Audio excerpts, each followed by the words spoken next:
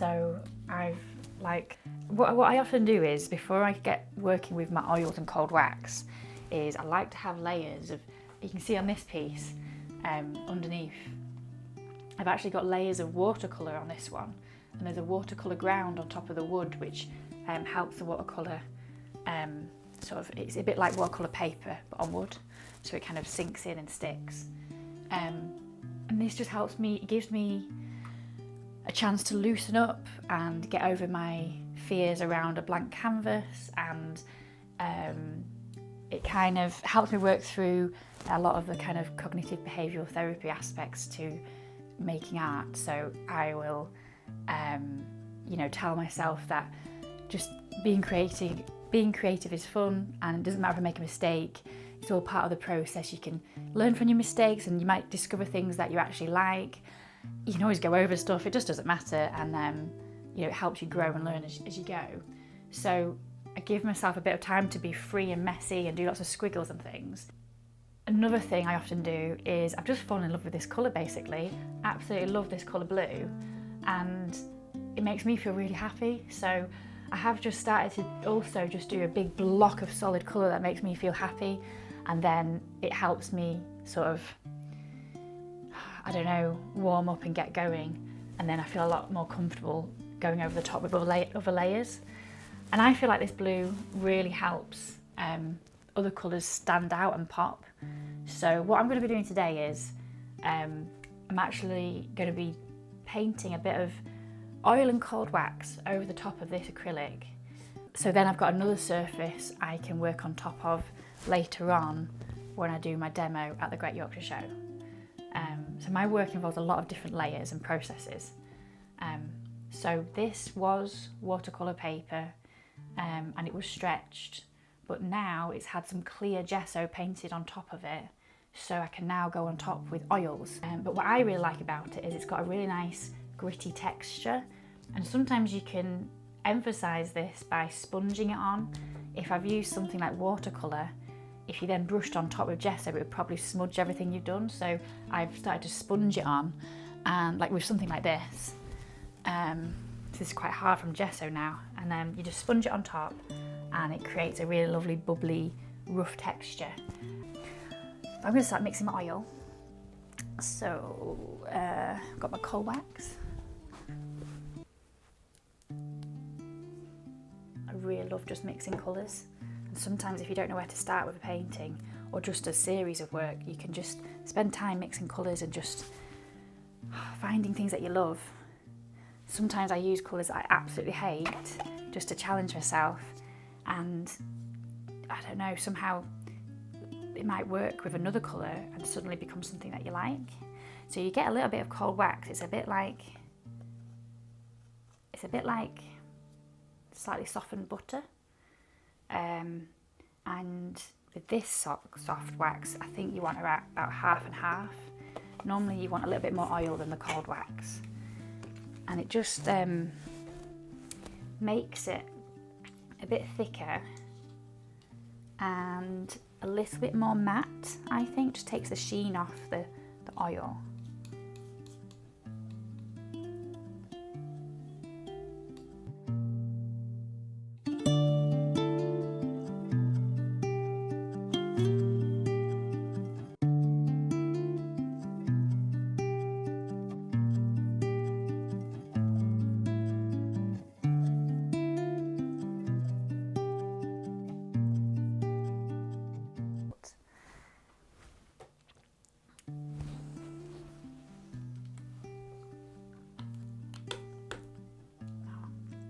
Different roller. This is a really old battered roller, which is like, I don't know what kind of roller it is, but it's very hard, whereas I just bought a new roller which is made for cold wax, and it's a lot softer and a lot spongier. And I like the two for different things, because this one's really good for texture, but that one's really good for if you want a kind of flat, smooth area of colour.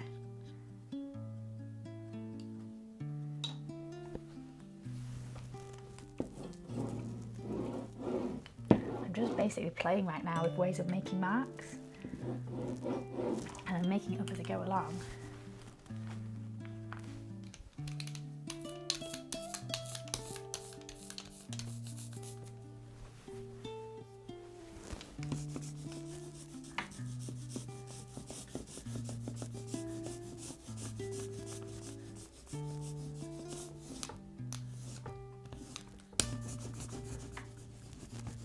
when you're working wet on wet, like this, it's you can create some really lovely effects with cold wax where you can really smudge in different colours, and you know, it has a mind of its own. You can't really plan it out, it just does its own thing. But that's why I want to do this now, and then when I do my demo later, I might have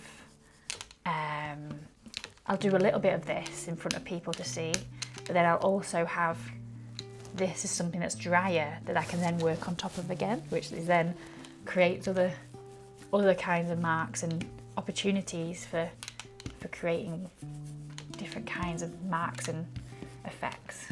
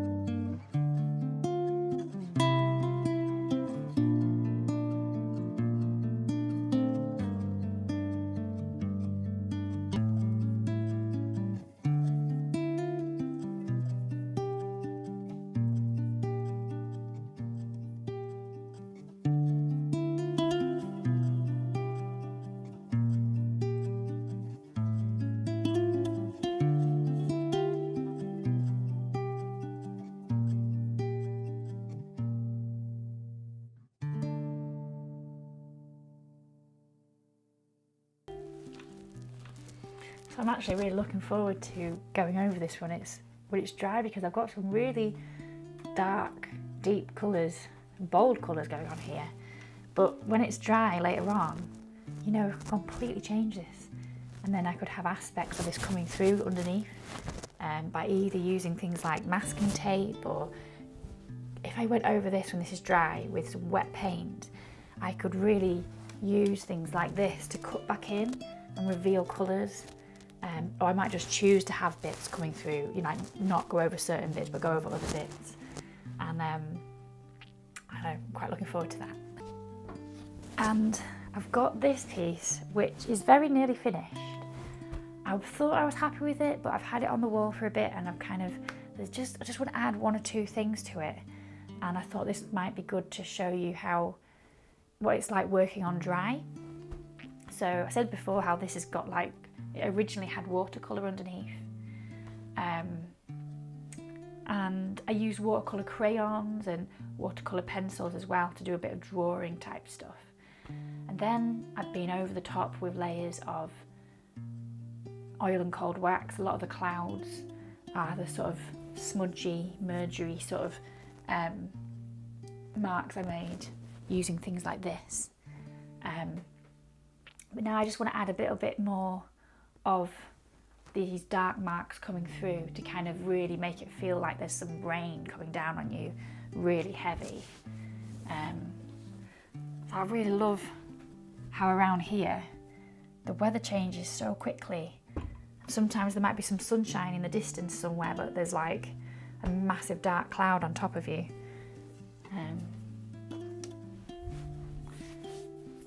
So first of all, I just need to mix up a really good black, which is really, it's kind of hard to do, but I really enjoy it.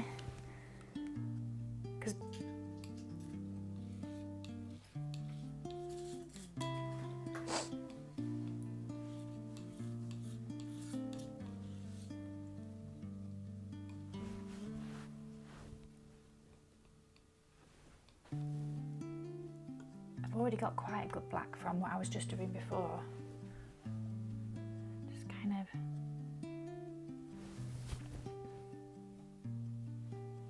might be a bit too blue.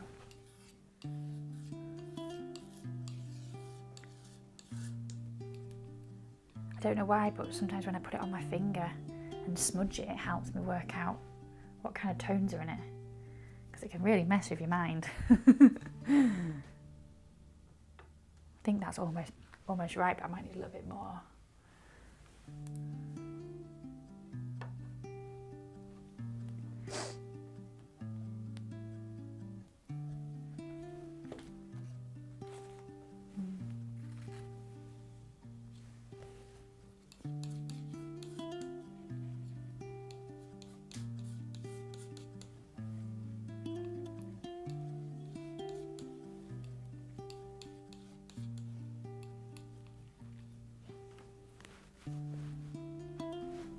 It's also really good having natural light coming in, because the colours will change depending on the light around them, how you view it.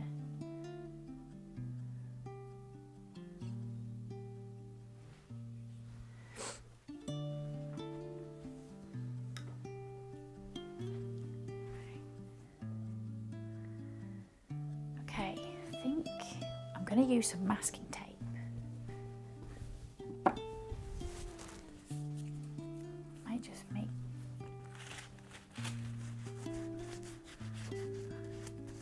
Because this piece is like, I'm nearly happy with it, I'm just being a little bit more cautious about things. Like, I don't really want to accidentally make a mark that I haven't wanted with maybe messy hands. So I'm just thinking it through a little bit more. So I tend to have a period of time where I'm super just letting go and making marks in whatever ways I can think about. And then I kind of stand back and I think about what's important to me in the composition, what I want to keep, what I don't want to keep, and what I'm intending to communicate to the viewer. So this is a very instinctive piece, and it was done from memory. It's actually the view of where we are now. So this is Crossroads, and this is where we're around here. And it's from the view of where my parents-in-law live, on the other side, going out towards Stanbury. And I just know it so well, and I spend a lot of time there, so I've been thinking a lot about it and how the weather changes and the light across the valley. But often I might be working from like a reference photograph. I might be wanting to paint something that I've seen in town. I've spent a lot of time there, I might have done sketches, and I might know it very well, so I know the kind of atmosphere that I want to get across to people, the kind of feeling that I want. But I might use a reference photograph to just help me sort of, there might be often when I'm walking around, if the light suddenly changes in a second, I just want to capture that moment where the light's a certain way. It might have just been sprayed out when it hit something and it's all scattered, or it might be really dappled. And, it can be really important to get certain things in the composition right, so that you can express that feeling that I got in the moment to the viewer. So right now, I don't want to go too far with this. I might add something really little, but I feel like I need a little bit more emphasis on the rain up here and maybe a little bit down here.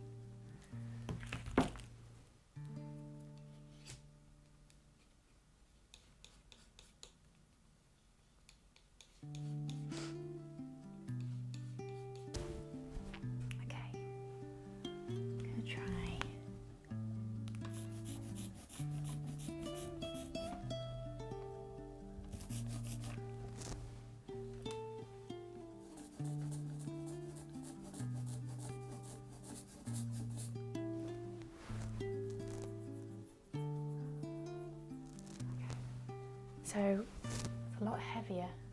I don't want to go over this bit here. What I'm going to do now is I'm going to try and create marks within it.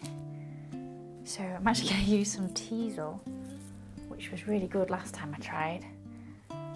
Just start to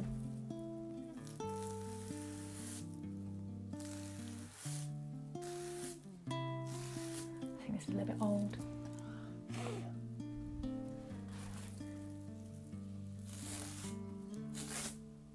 All the seeds are coming off. Going to use maybe a stick. Might try this edge.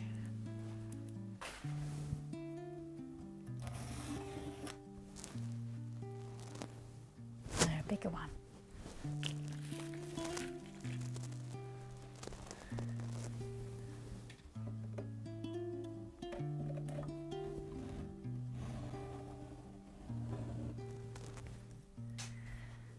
Not sure about that. A bit too wibbly.